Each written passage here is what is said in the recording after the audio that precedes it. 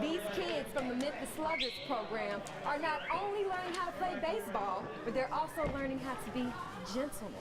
These Feed the Children boxes not only contain food, but also clothing and hygiene products for families in need. An inmate is out of sight and on the run from a Millington federal prison camp. A routine bed check came up just one inmate short.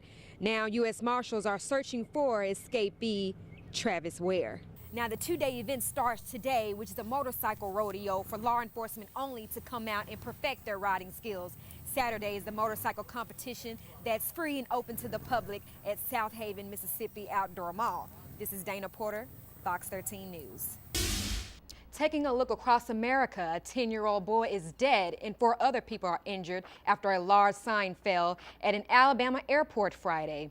Airport leaders say a mother and her 4 children were trapped underneath the 300-plus-pound board when it fell.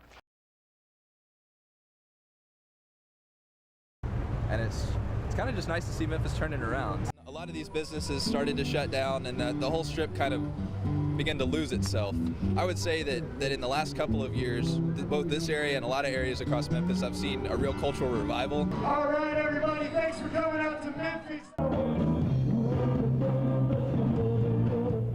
Yeah, right now in Walker, we've got pop-up vendors, art vendors. We've got a stage across from YMCA. We've got the big Goodwill stage right here in Walker Highland parking lot. It's a movement to revitalize and activate our communities.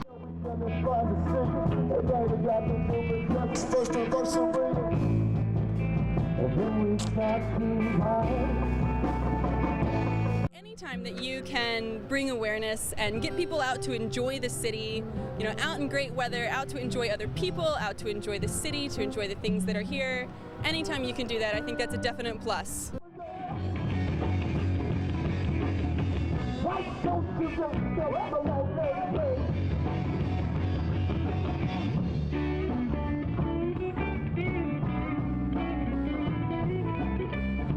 These are all areas that when I've talked to my parents and people like that, these were the places in Memphis to be 20, 30 years ago, and they had all kind of drifted away. It's nice to see it return.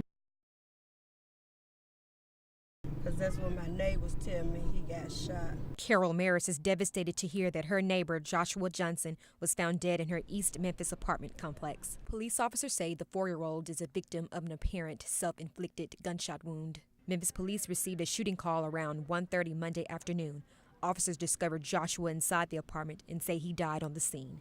The matter is currently under investigation, so more details will be forthcoming later through the Public Information Office. Family members were too emotional to speak to us, but neighbors say little Joshua was very active and loved to play. Police won't say whether the child was alone or who owned the gun he used. As of early Monday night, no charges have been filed. Dana Porter, Fox 13 News. Today, I'm wearing red for women for the kickoff of February's recognition of American Heart Month and National Wear Red Day. Babies born on this day at Baptist Memorial Hospital will wear a little red beanie, and their mothers will also receive information about heart health. The American Heart Association is the first to collaborate with Baptist to raise awareness of the #1 killer of women and babies. Susie McCauley lost her baby daughter 5 years ago from hypoplastic left heart syndrome, which doctors discovered at her 36th week of pregnancy. So I was lucky that, we were prepared and knew before she was born, but it was only by chance that we found it out because my pregnancy had been fine all the way until that time. But today is different for McCauley.